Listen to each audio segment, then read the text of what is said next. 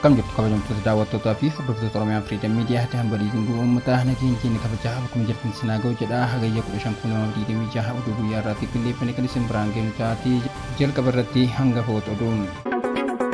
Gamtaan Awurooppaa tattaaffii aangoo jiddu galeessatti mootummaan Itoophiyaa kuusa dhaabbilee dimokiraasii fi mirga namoomaa miidhuu ibsee.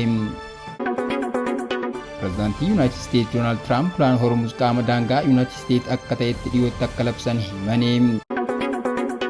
Suudaan marii biyyaalessaa mara hammatu gaggeessuu fi alburaan nageenyaa fi seera irratti wabii dhiyeessuus jedhamee. Hojjettoonni ijaarsaa warqii walirra tuulame keenyaa keessaa argatanii.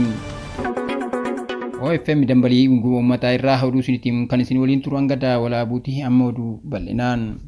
Gamtaan Awurooppaa tattaaffii aangoo jiddu galeessatti mootummaan Itoophiyaa kuusa dhaabbilee dimokiraasii fi mirga namoomaa miidhuu ibse. Gamtaan Awurooppaa tattaaffii aangoo jiddu galeessatti kuusuu mootummaan taasise dhaabbilee dimokiraasii fi mirga namoomaa Itoophiyaa bara 2025 keessa caalaatti miidheera jedhee. Gamtaan Awurooppaa tattaaffii jiddu galeessatti kuusuu mootummaan taasise dhaabbilee dimokiraasii fi mirga namoomaa Itoophiyaa bara 2025 keessa caalaatti miidheera jedhee. Tattaaffii mootummaan Itoophiyaa wayita mul'umuu sabootaa fi fincillee dhannoo deemaa jirutti aangoo jiddu galeessatti ol kuusuuf godhe bara 2025 keessa dhaabbilee dimokiraasii caalaatti kan hubee fi kabaja mirga namoomaa kan miidheedha jechuun gabaasni waggaa gamtaa Awurooppaa kan mirga namoomaa fi dimokiraasii addunyaa bara 2025 ibsee. Gabaasni kun akka jedhetti haalli mirga namoomaa fi dimokiraasii Itoophiyaa caalaatti walitti bu'iinsa hidhannootiin tasgabbaa'uu dhabuu fi miidhaa waraana waggaa lamaaf naannoo Tigraay, Amaaraa fi Affaar keessatti raawwatameen kan dhiibbaan bocamedha. Walitti bu'iinsi bal'aan naannoo Affaarii fi Amaaraa keessatti ittuma fufuu isaatiin ala naannoo Oromiyaa kutaalee biroo keessatti nageenyi eegamuu dhabuun itti fufeeras jedhee. Harkifannaan hojii meeshaa waraanaa hiikkachiisuu, ce'umsaa kaafii itti gaafatamummaa mirkaneessuu irratti mul'atu waggaa sana keessatti itti fufuudhaan tattaaffii bal'aa tasgabbii deebisanii fiduuf godhamu miidhee. Yaaddoo guddaan keessattuu naannolee walitti bu'iinsaan miidhaman keessatti itti fufa kan jedhe gamtaan Awurooppaa waraanni Eertiraa Itoophiyaa keessa socho'u itti fufuusaa fi walitti bu'iinsa waraana mootummaa milishoota naannoo fi gareewwan hidhatanii jidduu jiru eeree. Walwaraansi akkasii dhiittaa seera namoomaa idil addunyaa miidhaa namoota nagaaf buqqaa'insa kan fide yoo ta'u danqaa dhiyeessii deeggarsa namoomaas fideera. Adeemsa ce'umsaa haqa Itoophiyaa dhaabbachuu isaa fi gaafatamummaa mirkaneessuuf waamichaalee godhaman hojjettoota deeggarsa namoomaa irratti haleellaa raawwatame dabalatee caalaatti deebii malee hafuu gabaasni kun ibsee. Haalli mirga namoomaa sochiin dhaabbilee siiviikii dhiphachuu isaatiin kan beekamu yoo ta'u gaazexeessitoonni mormitoonni dhaabbilee hawaasaa siviilii fi rogeeyyiin gochaan ari'ama hidhaa baqattummaaf saaxilamaniiru. Cufamuun quunnamtii gama intarneetiif daangeessa dijitaalaa biroo bilisummaa ibsannaa yaadaa daangessee. Miidhaa saalaa naannolee walitti bu'iinsaan miidhaman keessatti raawwatamu dhimma murteessaa ta'uu ibsuun eegumsa seeraa muraasaaf tajaajila bal'aa miidhamtootaaf dhiyaatu gahaa ta'uu dhabuus gabaasni kun eeree. Walitti bu'iinsa hidhannoon alatti gabaasni gamtaa Awurooppaa kun qaama misooma magaalattii wal qabatee buqqaa'insa humnaa keessumaa gocha misooma koriidarii magaalaa Finfinnee dabalatee akka yaaddootti kaaseera. Akkasumas naannoo Tigraay keessatti saamicha warqee seeraan alaatti hirmaachuun daldala namootaaf miidhaa naannoo waliin wal qabachuusaa eeree. Itoophiyaan tarree bilisummaa pireesii addunyaa bara 2025 keessatti biyyoota 180 keessaa sadarkaa 145ffaa irratti kan argamtu yoo ta'u Freedom House immoo biyyattii dhibba keessaa sadarkaa 18 kennee fi bilisa kan hin taane jechuun sadarkeesse. Kunis waggaa darbe irraa gulantaa lamaan gadi bu'ee. Gamtaan Awurooppaa waliigaltee araaraa buusuu sadaasa 2022 Tigraay keessatti nageenya hamaan laafaa ta'e kan fide yoo ta'u walitti bu'iinsa haaraa naannoo Amaaraa keessatti uumamuu fi walitti dhufeenya Eertiraa waliin caalaatti hammeessuu waliin kan wal qabatu ta'uu ibsee. Itti fufuun tasgabbaa'uu dhabuun kaaba Itoophiyaa walitti bu'iinsawwan kan biraa waliin ta'uun dhiittaa seera namoomaa idil addunyaa fi buqqaa'insa jiraattotaa nagaaf gumaachira.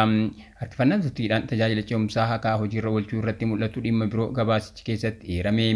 Mootummaan Itoophiyaa imaammataaf kallattii ce'umsaa haqaa bara 2025 keessa fooyyessuus hojiirra oolmaa fi gaafatamummaa yaaddoo guddaa ta'e itti fufeera.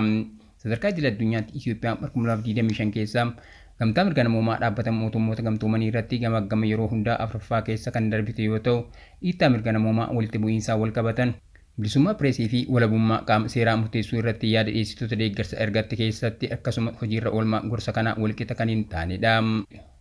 Gabaasni kun mootummaa Itoophiyaa fi waajjira Komishinar Olaanaa mirga namoomaa gamtaa mootummootaa jidduu argannoowwanii fi gabaasa haala mirga namoomaa biyyattii irratti garaagarummaan uumamuusaa eereera. Itoophiyaan sochii siiviikii daangessuun haqa miidhamtoota harkisuu fi walitti bu'iinsa hidhannootiin yaaddoon itti fufee taatus bara 2025 hanga 2027 koree mirga namoomaa gamtaa mootummootaa keessatti irra deebiin filatamte. Gamtaa Awurooppaa daangeffama sochii siiviikii akka yaaddoo guddaa mirga namoomaatti kan adda baase yoo ta'u gaazexeessitoonni rogeeyyii mormitoonnii fi dhaabbileen hawaasa siviilii dhiibbaa itti fufiinsaan dhaabbataan isaan mudataa jiraachuu eeree. Gabaasni kun miidhaan hojii sababa himaalee keessatti mul'ate sadarkaa idil addunyaa Itoophiyaa irratti mul'achuun biyyattiinis tarree bilisummaa pireesii addunyaa keessatti sadarkaa 145ffaa akka gadi buutee qabattu godheera. Daangessi gama dijitaalaa cufamuu intarneetii dabalatee tarkaanfii bilisummaa ibsannaa yaadaa daangessu akka ta'an eerame. Gamtaan Awurooppaa hirmaannaan isaanii bara 2025 keessa Itoophiyaa keessatti godhan gamsa quunnamtii walabaa eegame mirga namummaa fi fooyya'insa filannoo deeggaruu akkasumas mirga namummaa eeguu fi bulchiinsa dimokiraasii cimsuuf tattaaffii godhame kan dabalatudha jedhe. Deeggarsi mirga namummaa fi bulchiinsaa kan gamtaa Awurooppaa yaaddoon jiraatus gabaasni kun akka ibsetti gamtaan Awurooppaa hirmaannaa bara 2025 Itoophiyaa waliin godhe keessatti mirga namummaa fi dimokiraasii akka dhimma dursa kennamuufiitti qabatee itti fufe. Waliin maree murteessaan gamtaa Awurooppaa Itoophiyaa waggaa kana keessa kan hin gaggeeffamne yoo ta'e iyyuu gamtaan mirga namummaa fi dimokiraasiin ajandaa hirmaannaa sadarkaa olaanaa irratti marii hojiirra oolmaa nagaa dhiyeessii deeggarsa namummaa fi fooyya'insa bulchiinsaa dabalatee qabamee itti fufuusaa ibse. Gamtaan Awurooppaa bulchiinsa olaantummaa seeraa fi Inishiyatiivii walqixxummaa saalaa ce'umsa haqaa fi fooyya'insa dimokiraasii dabalatee kan yuuroo miliyoona 43 ramadee jiru yoo ta'u, yuuroo miliyoona 20 ammoo hawaasa siivikii eegduu mirga namummaa sabquunnamtii walabaaf dhaabbilee mirga dubartootaaf qabameera. Baay'ata mirga dijitaalaa yuuroo miliyoona 10 biroo hordoffii seeraan alaa fi cufamuu intarneetaan furamuuf kan ramadame yoo ta'u, yuuroon biliyoona 14 ammoo boordii filannoo biyyaalessaa Itoophiyaaf to'annoo filannoo hawaasa siivikii cimsuuf. Gamtaan Awurooppaa miidhamtoota yakka miidhaa saalaa naannoo Tigraay, Amaaraa fi Affaar keessatti fayyaa seeraaf deeggarsa jireenyaatiin gargaaruuf yuuroo miliyoona 8 ramade. Gabaasni kun bilisummaa siivikii deebisanii fiduun itti gaafatamummaa mirkaneessuun nagaa ijaaruu dhiyeessii deeggarsa namummaa fi fooyya'insa bulchiinsaa akka dhimma dursa xiyyeeffannoo itti fufiinsa qabu gaafatuuf guddina dimokiraasii fi mirga namummaa Itoophiyaatiif barbaachisu ta'anitti adda baaseera. Pireezidaantiin Yuunaayitid Isteetsi Doonaald Tiraamp ulaan Hormuz qaama daangaa Yuunaayitid Isteetsi akka ta'etti dhiyootti akka labsan himanii. Tiraamp magaalaa Niiwuork qajeelcha poolisii kutaa bulchiinsa Naasawoo keessatti kan argamu Gaarden Siitiitti haasawaa taasisanii Iraan haala hamaa ta'een mo'atamaa jirtu erga guutummaatti mo'annee booda dhiheenyatti ulaa Hormuz kutaa bulchiinsa Yuunaayitid Isteetsi gochuun nan labse. Tiraamp magaalaa Niiwuork qajeelcha poolisii kutaa bulchiinsa Naasawaa keessatti kan argamu Gaarden Siitiitti haasawaa taasisaniin Iraan haala hamaa ta'een mo'atamaa jirtu erga guutummaatti mo'annee booda dhiheenyatti ulaa Hormuz kutaa bulchiinsa Yuunaayitid Isteetsi gochuun nan labse jechuun dubbatanii. Tiraamp dabalataanis sakkatta'insi fi gurri galaanaa Yuunaayitid Isteetsi ulaa darba bishaanichaa iddoo murteessaa irratti godhu akkuma itti fufeetti kan jiru ta'uu ibsuun dooniin tokkollee yoo nu hayyamne malee hin darbu jechuun dubbataniiru. Haa ta'u malee qondaaltonni waraanaa Iraan to'annoo USA sarara bishaanichaa irratti qabdu mormuun ajaja waraanaa jiddu galeessaa Iraan dubbii kana sobaa fi waan bu'uura hin qabne jechuun balaaleffateera. Erga hagayya 12tti waraana eegalee guyyoota 166 keessatti dooniiwwan 3,371 ta'an daandii bishaanichaa kan qaxxaamuran yoo ta'u, kunis daldalaaf geejjiba idil addunyaa yeroo waraanaa duraa irraa 20% qofa ta'uu ragaan dhaabbata xiinxala odeeffannoo geejjiba galaanaa Kepler jedhamuu fi CNN waabeffatee ni agarsiisa. USA fi Iraan ji'a ebila keessa Paakistaanitti walitti araarfamuuf waraana dhaabuu irratti walii galuun adoolessa 17 waliigaltee mallatteessuun marii waliigaltee isaa dhumaatti geessuu jalqabanii turanii. Haa ta'u malee mariin sun wabii nageenyaaf walabummaa socho'iinsa doonii hulaa Hormuz irratti sababa garaagarummaa uumameen gufachuun isaa ni beekama. Sararri kunis madaa anniisaa fi daldala addunyaatiif daandiiwwan murteessoo ta'an keessaa tokko. Adoolessa 8 hanga adoolessa 24tti USA fi Iraan haliillaa waraanaa walirratti raawwachuun Waashingtan keessoo Iraan keessatti naannoo xiyyeeffannoo irratti haliillaa raawwatte.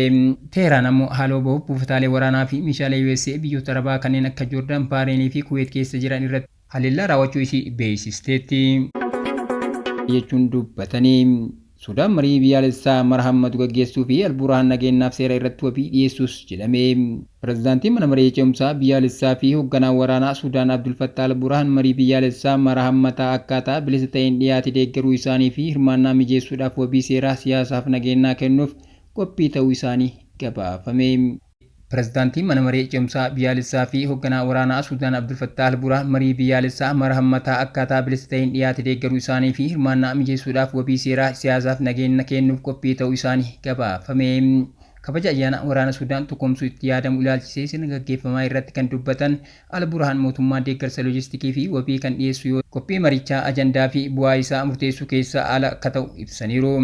Tarkaanfiiwwan yaada dhiyaatan keessatti himannaa yakka hirmaattota irratti banamee jiru dhaabuu, himannaa seeraa dhuunfaa irraa yeroof to'atamuu irraa tikfamuu fi marii sana irratti yaada ilaalchaaf yaada dhiyaatu irratti dhiifama guutuu kennuu kan hammatudha. Alburhaan adeemsichi hirmaattota irratti qofa kan daangeffamu osoo hin taane uummata bal'aaf banaa ta'uu akka qabus eeruun raayyaan biyyaa sodaa fi daangaa malee deeggarsa qeeqaa fi ilaalcha isaanii akka ibsan kan eeyyamu ta'uu dubbataniiru. Tarkaanfiin kun marii walitti fufiinsaan ji'oota hedduudhaaf Alburhaan Dimokiraatik Bilookii fi gareewwan hidhatan akkasumas daandii siyaasaa gaggeeffamaa ture booda kan dhufedha. Tuutni kun mariin biyyaalessaa Sudaan keessatti gaggeeffamu abbummaa biyyaalessaa irratti akka xiyyeeffatuu fi sababa bu'uuraa walitti bu'iinsa sanaaf furmaata akka kennu karaa agarsiistu dhiyeesseera.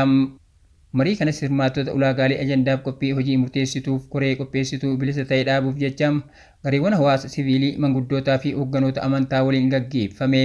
Haa ta'u malee gumiin hawaasa siviilii biyyattii keessattuu Sudaan kutaa hedduu keessatti lola ittuma fufaa jiru walqabatee inishitiiviin kun hunda hammataniisaa fi walaba ta'uu irratti yaaddoo isaanii ibsaniiru.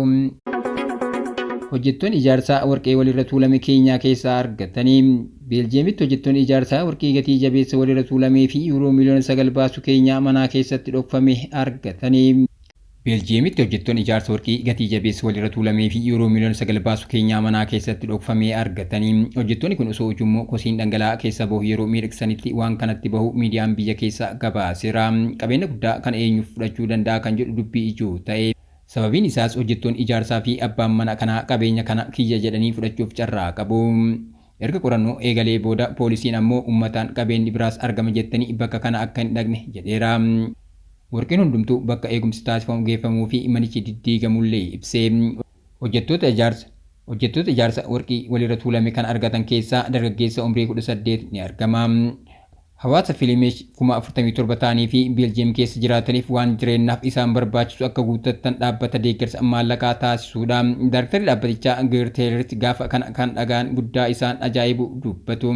Warqeen argame hojii tola ooltummaa dhaabbanni isaanii dalaguu akka tumsu abdii akka qaban himu. Akka seera Beeljeemitti abbaan qabeenyaa warqii kanaa hanga waggaa 5tti as bahee qabeenyi kun kiyya jechuu danda'a. Abbaan langaa akka dubbatanitti ammatti namni dhaabbanni as bahee qabeenyi kun kiyya jedhe hin jiru jedhanii. Seerri siviilii biyyattii akka ifa kaa'utti yoo namni dhaabbanni as bahee qabeenyi kun kiyya jedhu jiraachuu baate qabeenyi argame hojjettoota ijaarsaa argatanii fi abbaa qabeenyaa gamoo sana lamatti hiratu. Kuni kan ta'u garuu warqeen kun yakkaan kan hin argamne yoo ta'edha. Dirqama hojjettoonni ijaarsaa fi dhaabbanni abbaa qabeenyaa gamoo kanaa egaa kun haa ta'uuf waggaa 5 yookiin guyyoota 1825 eeguu qabu jechuudha. Kabajamtoota daawwattoota keenya tamsaasni keenya akka namoota hedduu bira ga'uuf peejii keenya follow share gochuun akkasumas YouTube chaanaalii keenya subscribe godhuu hin dagatinaa. Oduun guyyaa kanaaf qabanii kanneen turanii waan daawwattaniif galatooma.